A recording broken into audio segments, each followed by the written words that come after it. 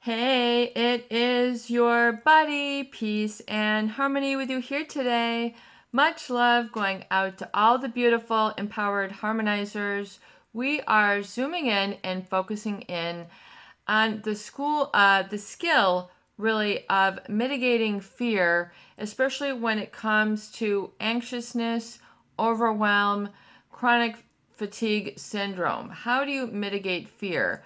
Oftentimes, which can lead to chaotic thoughts and feeling of emotional overwhelm.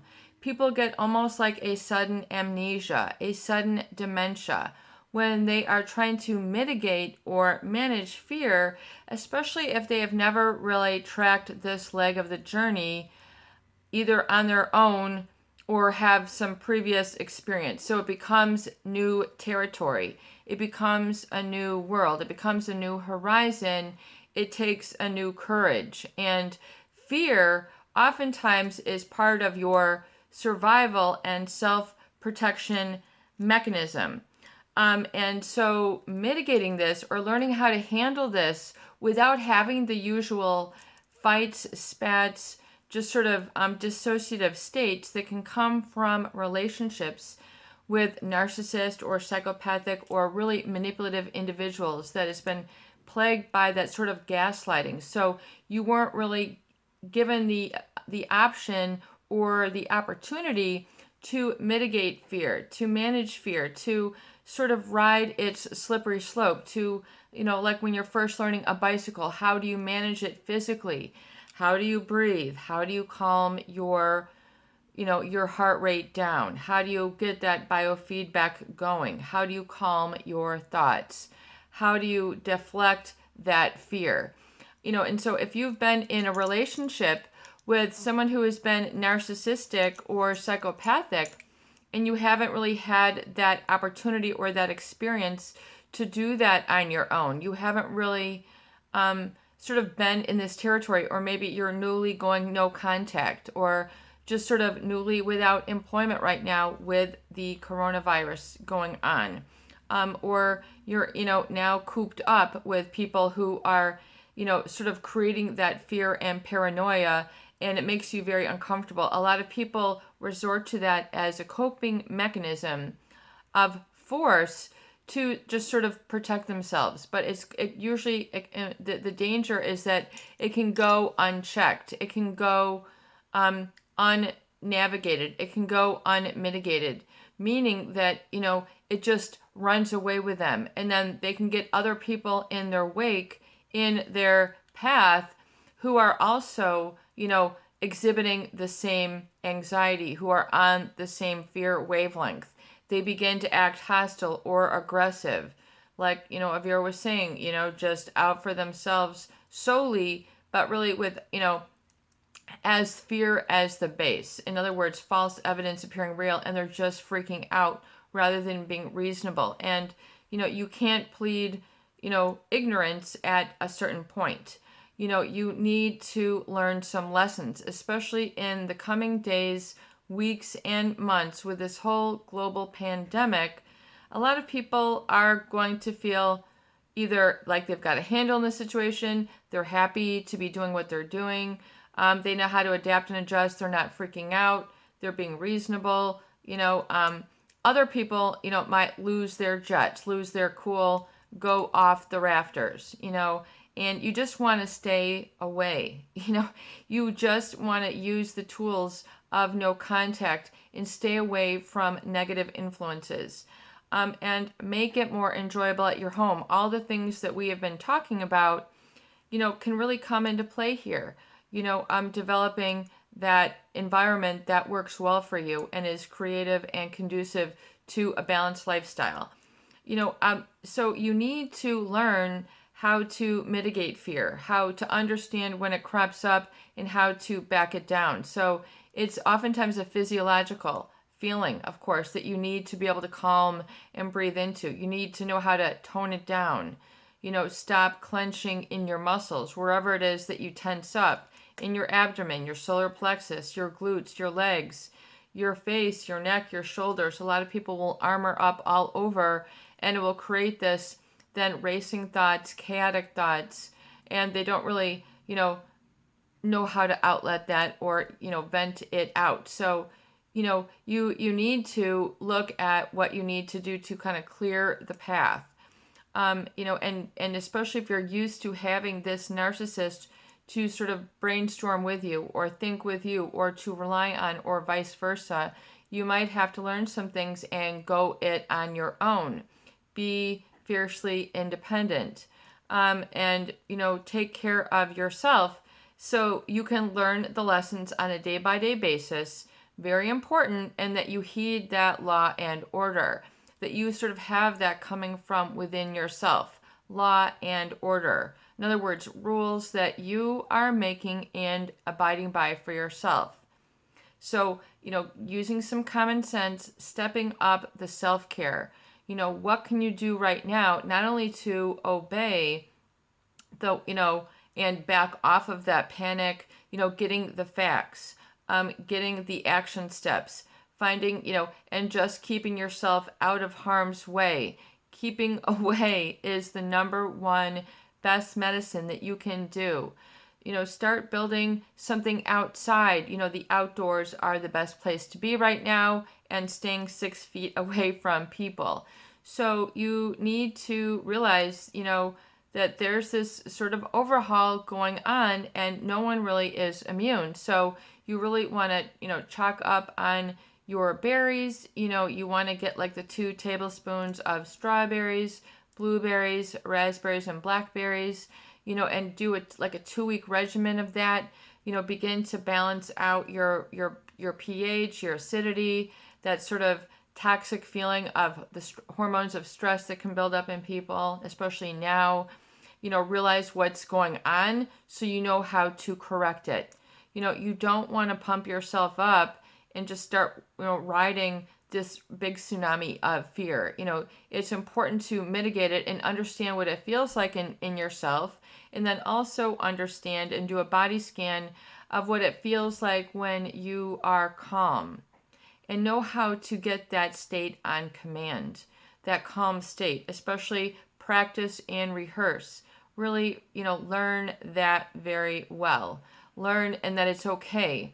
A lot of people haven't been able to cultivate or nurture a calm, relaxed, focused state especially if they've been around chronic stress, chronic manipulators, people who are abusive, narcissistic abusers, psychopathic abusers. Their system is always on high speed, agitation, hypervigilance, hyperarousal.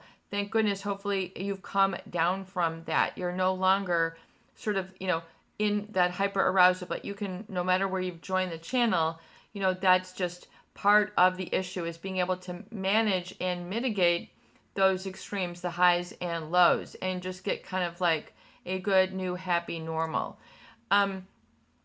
And so with this, mitigating that is an important skill and a tool that you need to be able to cultivate. So for a lot of people who have been through narcissistic or psychopathic abuse, they might have not had a lot of experience only looking out for themselves or a smaller group of people, and so, or just different mindset, or maybe you were in a different mindset back then and you're going still through some aftershock or trauma, still working through issues, which is completely understandable. So with that, you have to be extra careful for yourself. Write some more things down, lessons learned, my rules, right now, and kind of make sure that you stay on the right track.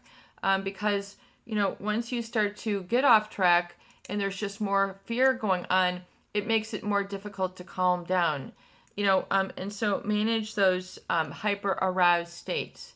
And realizing that oftentimes the attention seekers will perpetrate the fear, the paranoia, see things their way, and so, don't fall for the fake news, the whatever, propagandas, really learn to get the facts and know what it is. And especially, like they've been saying, is, when we talk about relationships, is look at the patterns. And you can also look at the patterns of how things are unraveling just in a global level. And so keep your eye level sort of there on that global level. It'll help you to expand your perspective. You won't be so worried, and feel so alone. I think when you realize that no one is immune, and this is important, that you then honor and learn that center and that focus of yourself and where it stands and where it operates. And then when you see things getting pumped up, you're able to back it down. And could there be a better, another way to handle this? Are there some other options? What is available to me? So you can back it up and see what you truly need, and then get some options in front of you so you can flex, and kind of roll with it. I think that is important, that you get a feel for your own physiology and your own kinesthesiology of what that feels like. You know that best. And so, finding how to balance yourself, that of course is a good way to mitigate fear. And, when I have courage, I know that I can do this, and so realize that courage is the ability to take action even in the face of fear. So in other words, developing that feeling of courage. So even if you need to cultivate certain B states, what I call your emotements, meaning you go out, to specifically cultivate a specific emotion that you need to work on. And so, for example, if you need to work on curiosity, then you might need to go and explore for an hour on your emotement and then practice curiosity. And just, even if it's hard to hold yourself accountable, hold yourself accountable. If you can stay curious for 15 minutes, half an hour, or 1 hour, and then practice that, book it in your appointment book, or book in enthusiasm, or book in joy, or book in peace. Block out a time for meditation. Block out your emotement. In other words, whatever it is that you want to exemplify and pull up and develop within yourself, like let's say creativity. So then you cut out, in your appointment book, 1 hour for creativity. That is your appointment. You have an appointment with creativity. So you go and then do something that you feel is creative. You're making a batch of cookies with some new ingredients or new spices. You're making a new dish. You're, making a new garden that has an interesting design. You're taking your woodsmanship to the next level. You're building something new. You're creating your own, sewing. You're, sewing or knitting. You're making pillows. You're needle pointing. You're doing whatever it is that is creative for you for 1 hour. Maybe you're creating your vision board, or you're painting or drawing or doing clay, or any of a myriad things that you might like to do, scrapbooking, whatever it is, even maybe your appointment, can be to go to a hobby store or look at a hobby store online, and then pull together some ideas and then get yourself on that jet stream, and you're developing creativity. And maybe you just want to do that once a week, or maybe it's 4 times a week, or maybe it's 10 times a week that you want to book your emotement, so that you are able to consciously and deliberately and go in with the intention and that metacognition level of thinking and preparing, go in and then develop that B state for that hour, and then see where it gets you, see how it makes you feel, see what it can do for you. And it doesn't have to be extreme. It can just be a little something, but something that so maybe it's just calm time, and then you've got calm time for an hour or half an hour. But look at those different B states that you feel, of all the gamut of things that you would like to cultivate and nurture, and write them down 1 through 20, and then circle, your top 3. And then plug those 3 into your appointment book, so that you're deliberately and consciously in the exercise of that emotement. That's a term that I'm using, or, I've created, meaning that if you have a hard time learning things or you have a hard time doing papers, or you have a hard time being curious, or you have a hard time being happy, or being relaxed, being, courteous, whatever your struggle is or what you want to book more into your life, you can schedule that into your calendar for that B state and then consciously keep that going. If you can only do it for half an hour, then it's only for half an hour. If you can only do it for 10 minutes, then it's 10 minutes. Get to know your level, get to know where you're at with this. And then, then book the moments as necessary and as needed, and in consecutive order, but build them in even up to a month in advance or 2 months in advance, so that you're automatically showing up for your creativity date. You're automatically showing up for your adventure moment. You're automatically, showing up for your being at complete peace a moment, so that you have that ongoing and it keeps you in check. It keeps you sort of on track. Maybe you want to have passion. Maybe you want to have enthusiasm. Maybe you want to have serenity. Maybe you want to have curiosity, creativity, being organized. What are your B states that you would like to cultivate? And then once again, write them down 1 through 20. If you've got 50, then write them all out. Do not censor these. Don't edit, oh, that would be stupid if I had to be intelligent. No, this is your heart speaking to you. Why don't we get a chance to listen, develop your listening abilities to yourself? And you'll be like, wow, I didn't know that voice was in there. Perhaps maybe you've been in some difficult relationships that didn't allow your own sort of internal GPS or voice to flourish. It was not in a welcome environment. It might have been in an inhospitable environment. It was toned out, tuned out. It was overshadowed, overshouted, talked over, unacknowledged, snuffed out, put out like a flame, putting your voice out like a flame.